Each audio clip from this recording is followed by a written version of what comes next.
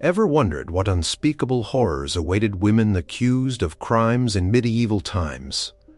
Could you survive even a day of what these unfortunate souls endured? The medieval period wasn't exactly known for its humane treatment of prisoners, but the torture methods reserved specifically for women were particularly horrifying.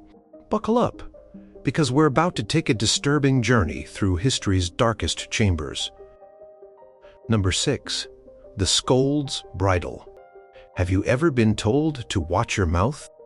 In medieval times, women literally had their mouths locked shut. The Scold's Bridle was a particularly humiliating device, designed specifically to punish women who were considered gossips, witches, or those who simply spoke their minds too freely. The contraption was basically a metal cage that fit over a woman's entire head, featuring a metal plate that pressed down on her tongue, sometimes with spikes. Any attempt to speak would result in immediate excruciating pain as the spikes pierced the tongue. But the torture didn't end with just physical pain. Women forced to wear the Scold's Bridle were often paraded through town, led by a chain held by their husbands or town officials. Townsfolk would gather to mock, spit on, and throw garbage at these women. Imagine the sheer humiliation of being led around like an animal, unable to defend yourself or even speak while your neighbors, people you'd lived alongside for years, jeered and degraded you. The device was so effective at silencing women that it remained in use in parts of Europe until the early 19th century. In Britain, there are still preserved examples of these bridles in museums, some inscribed with cheery messages like, "For the cucking of scolds and troublesome women."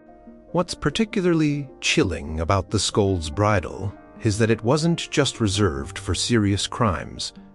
Women could be fitted with this torturous device for crimes as minor as arguing with neighbors, questioning their husbands, or simply speaking too loudly in public. It served as a constant reminder of the severe limitations placed on women's behavior and speech. The psychological impact must have been devastating. Women who experienced this punishment would likely never speak freely again, living in constant fear that any word could lead to another public humiliation.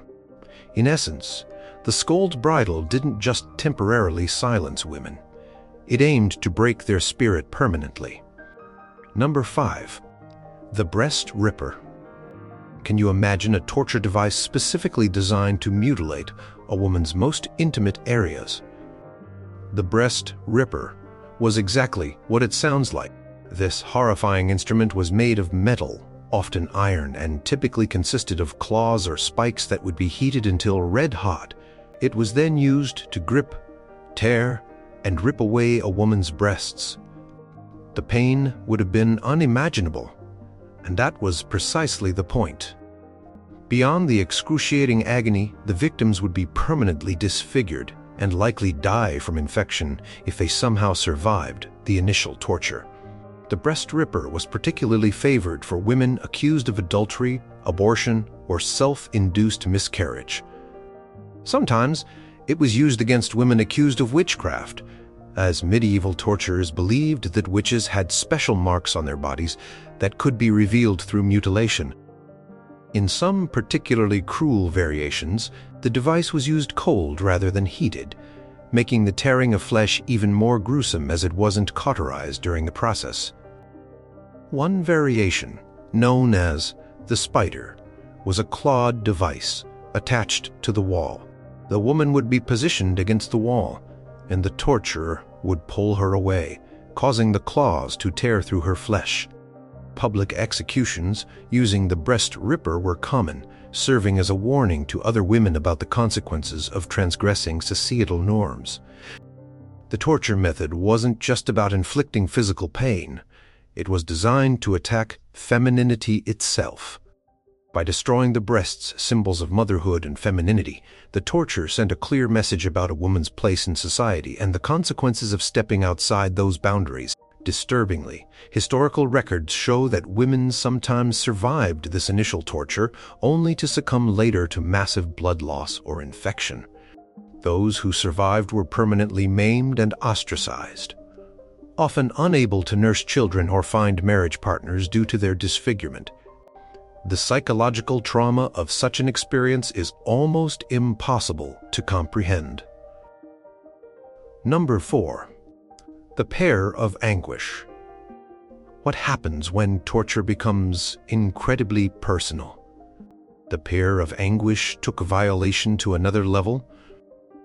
This diabolical device resembled a metal pear, but contained a sinister mechanism. When inserted into a woman's vagina, or sometimes the mouth or anus, the torturer would turn a screw key, causing the petals of the pear to slowly spread apart, expanding inside the victim's body. The slow, gradual expansion caused excruciating pain as it stretched and tore delicate tissues. The Pear of Anguish was often used on women accused of sexual crimes like adultery, having relations with the devil, or even miscarriage, which was sometimes viewed as a crime if authorities suspected it was intentional. For women accused of lying with Satan, having this device inserted was considered a fitting punishment for their supposed sexual transgressions. What made this torture particularly cruel was its adjustability.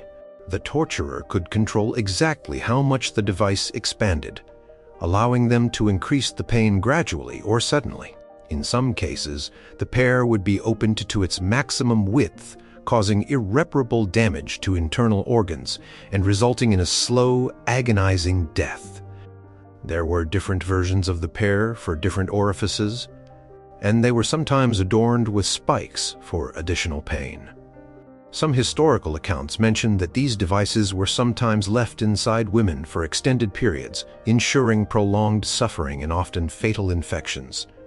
The psychological torture accompanying the physical pain can't be overlooked. The extreme violation and helplessness would have been devastating. Women would be restrained, unable to move as their bodies were literally torn apart from the inside. The shame and degradation were intentional components of the punishment, particularly in cases involving alleged sexual misconduct. Historians note that some versions of the pear had small bells attached that would ring as the device expanded, adding a grotesque audio component to the torture.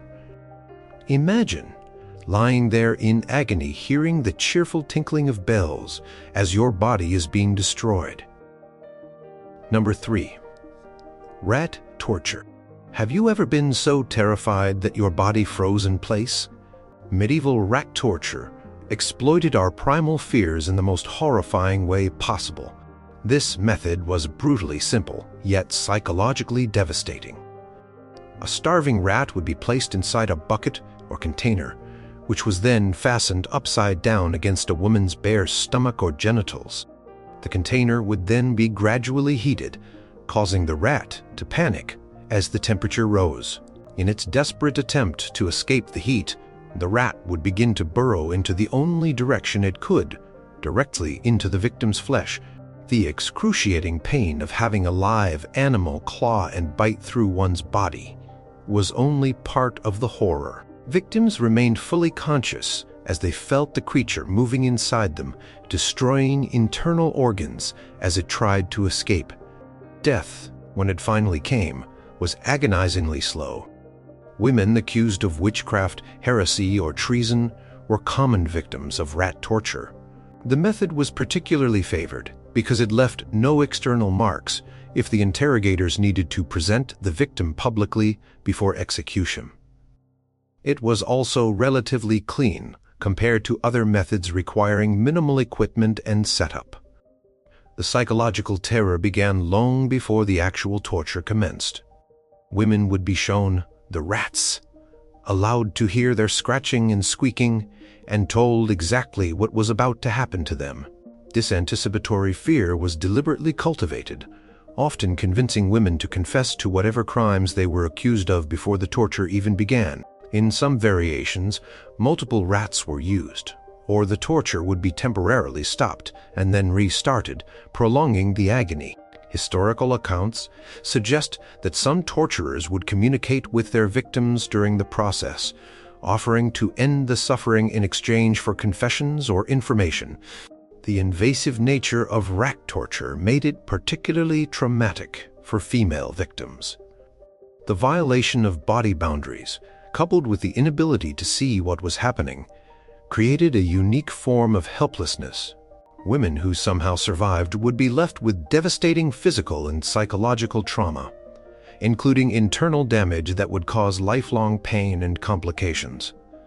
Perhaps most disturbing is how rack torture reflects a calculated understanding of human fear. It wasn't just about causing pain. It was designed to exploit our instinctive terror of rodents, invasion of our bodies, and loss of control. Number 2. Ducking, stool, and swimming test. Would you sink or float if tied to a chair and dunked underwater?